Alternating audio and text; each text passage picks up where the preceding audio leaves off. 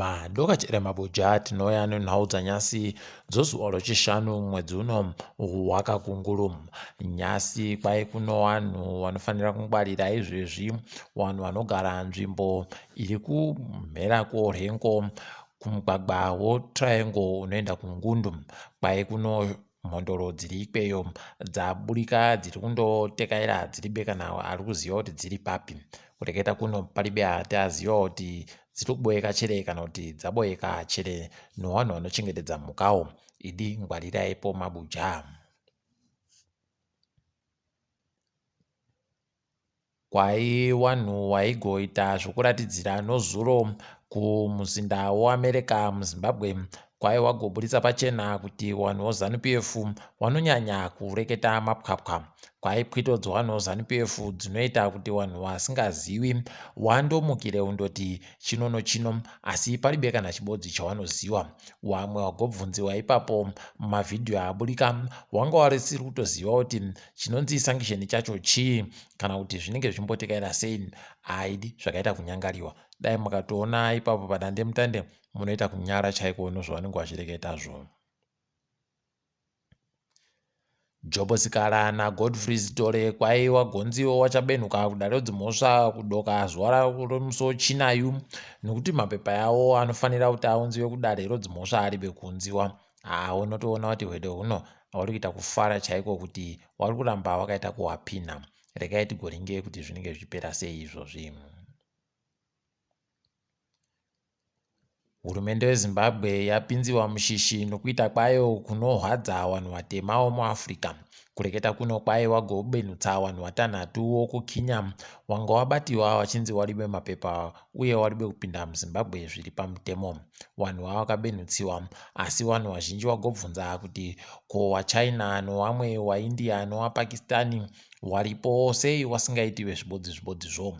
Paribe agopindurawo kana kuti tizive kuti zvichambotekaira sei. Asi zvahwadza vazhinji nokuti vamwe vazhinji vokuZimbabwe ndozvavanenge vachizoitiwawo kuti kune dzimwe nyika dzomuAfrica zvinohwadza.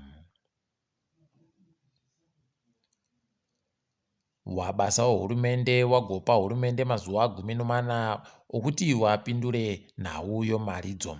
Aidi pakaita kunyangariwa ipapa kwai mubasa wehurumende ari kutambira mari inoita zviuru 36, asi iro bhasikiti rozvokuja basi munyika rovanhu vatanhatu raakutoda mari inopfuura 100 rezviuru zvomari yomunyika.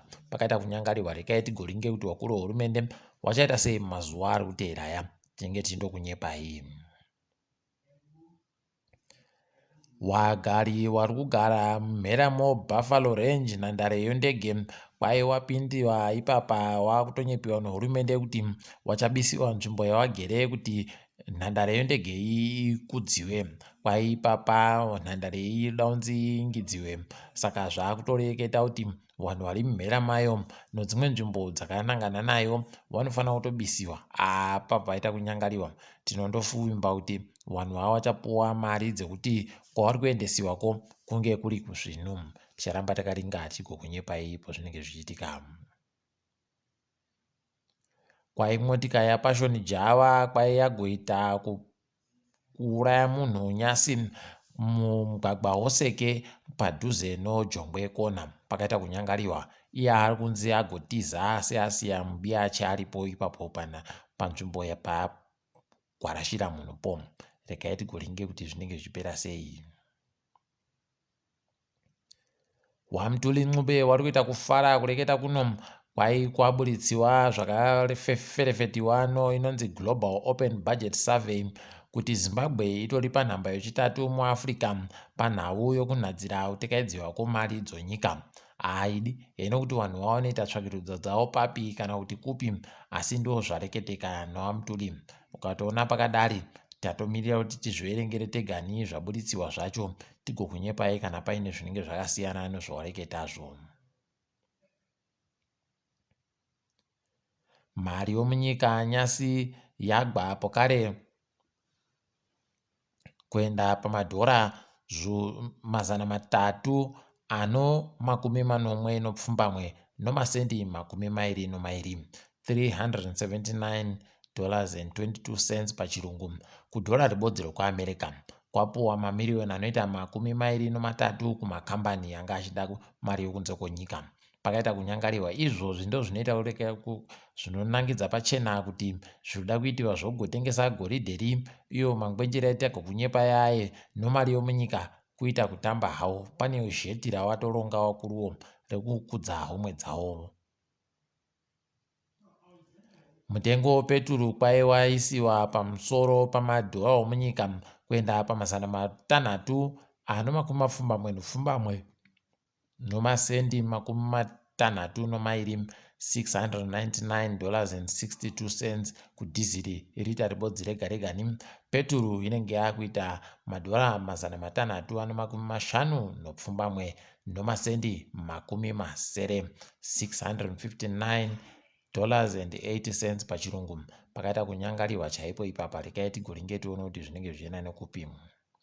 Tiri kufara kuti kwai kuna waZimbabwe wairi vanoridza pembe dzomutambo wetenesi waripo izvezvi kuWimbledon. Tiri kufara nazvo izvi. Kwai wawiriwa ndiFriedlander Kadzomba naKosa Mhangani. Aiwa, tinoramba tichiwarwira manja tichiti wasimudzire mureza wedu mberi. Tindori Britain ko kwai Michael Ndiweni aipuwa manji kuti akone kugotambira chikwata cheNewcastle imo muEPL. Wanenge wakutamba wese wachitatsurana naye Marvelous Nakamba wekweduno. Aiwa, tiri kuzvitenda izvi dai zvaenderera mberi. Tiringe dziri kuitika ipo pasi rese. MuSouth Africa kwakuita vanhu vari kudanidzira kuti takuita zvokupfika nyika nokuti upenyu hwanyanyitsa kudhura. Pakaita kunyangariwa. Rekai tigoona kuti wakuru wenyikawo wachazviita sei. Tiri kufara kunyepa kuti kwai wabasawo Eskom wabvuma kubenuka kubasa nokuti mari dzavanga wachida kuingidziwa dzaingidziwa. Aiwa, dai zvaita kudando nokutoti magetsi anga aita kuvhiringa vanhu vomunyika mopo kare. KuGambia kwai vanhu vari kuita zvokuratidzira ikweyo kuti hurumende ichinje maitiro. Watoti hurumende inofanira kuti ichinje bumbiro romutemo iyo ikatobvuma kuti icharichinja. Tagomirira kuti tiringe kuti ichazviita zvarini izvozvi. Tinenge tichindokunyepai. KuGhana pokare vanhu vari kuita zvokuratidzira kuti upenyu hwaoma waita kupfanyiwa chaiko zvokutoti pariba agoziva kuti zvinenge zvinyatsoita kudini. Aidi heno mabi angu kuti zvichapera mushechere. Ticharamba takaringa kuti iwo wakufo wachagodini kuGhana kwaoko. Kwai makuitanita zvinhu munyika asvika pazvikamu 21 pagore nopagore. Pakaita kunyangariwa. Rekai tirambe takaringa ipapo. KuEthiopia kwai kuna vanhu vazhinji wakapfa mukurwisana kwewapanduki weTigray nowakuru wehurumende. Pakaita kunyangariwa chaipo pariba agoziva kuti chii chichanyatsoita kuti zvipere izvozvi. Heno mabi angu tinoramba tindoringa kuna Yawe kuti atinunure.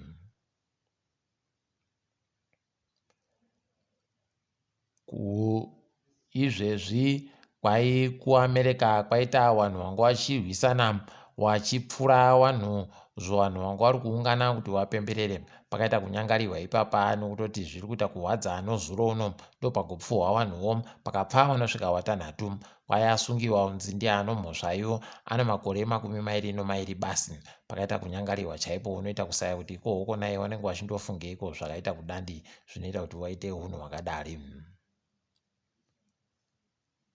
Munyaya yegumisira yanyasi kwai gurukota rinoringa nezveumari Rishi Sunak rokuBritain ndo raita rokutanda kuburitsa tsamba yekuti richada zvokuseenza naBoris Johnson. Kureketa kuno vamwe muhurumende maBoris Johnson vari makurukota ache vari kutoita kumusiya pokare ari pachena. Aidi pakaita kunyangariwa peno iye ndiye asara kuteera manje. Ticharamba takaringa kuti zvinenge zvichiita sei tichigokunyepai pazvinenge zvaitikapo. Ndini wenyu Mhanduwe WeNhau. Tiboyane zuva ramangwana.